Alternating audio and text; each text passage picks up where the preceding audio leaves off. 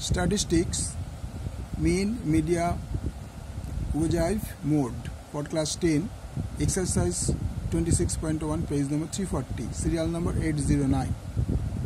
আমি আমার বন্ধু 40 জন বন্ধুর বয়স নিচের ছকে লিখলাম। এই দেখো ছক করে লিখেছি।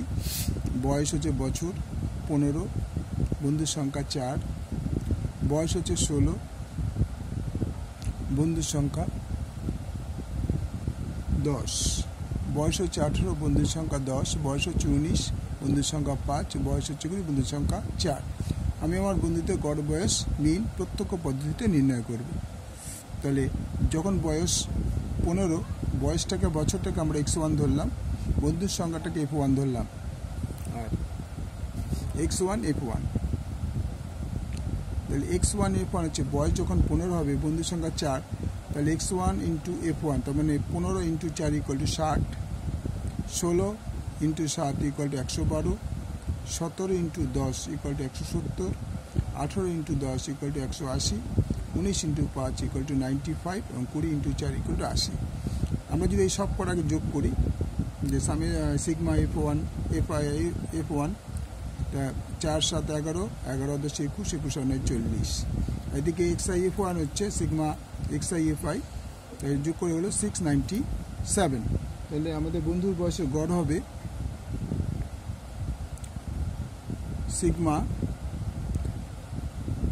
xi fi by sigma fi equal to sigma fi হচ্ছে 697 বাই 40।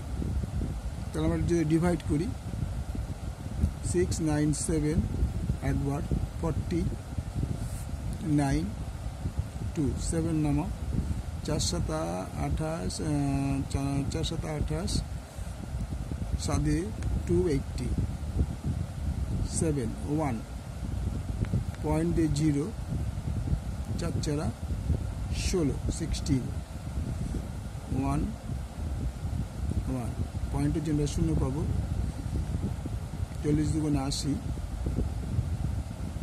পয়েন্টের জন্য 0 পাবো 5।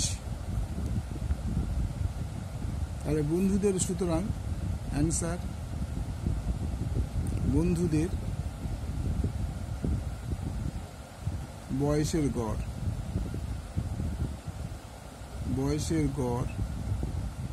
ইকুয়াল টু, দেখো দশমিকের পরে 3টে ঘর আছে, 3টে ঘরের পর 5 বা 5-এর বেশি থাকলে 3 নম্বর ঘরের সংখ্যাটা উঠে গিয়ে আগের সংখ্যার সঙ্গে 1 যোগ হয়। 5 বা 5-এর বেশি হলে 3 নম্বর সংখ্যা উঠে গিয়ে আগের সংখ্যার সঙ্গে 1 যোগ হয়। তো এটা 3 নম্বর সংখ্যা 5, তাহলে এটা উঠে গিয়ে এই 17.43।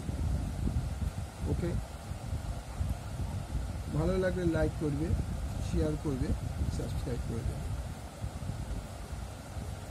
এটা ক্লাস 10-এর 26.1-এর অঙ্ক। এটা তোমাদের রাফ স্কেচ ছিল, এটা নোট করে দরকার নেই।